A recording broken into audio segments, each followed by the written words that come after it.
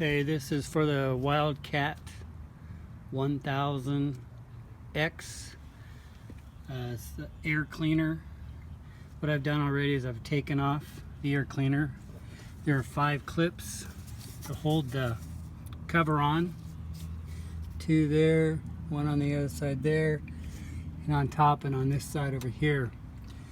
The hardest thing was getting this cover out of this area here.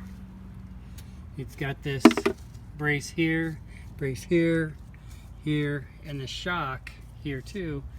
And I thought I was going to have to take the shock off to get it off, but I called a couple places and they said no, you just gotta kind of origami it out of there and it'll come out. So anyway, air cleaner maintenance. I took it out. I got a foam cleaner and rinsed it real good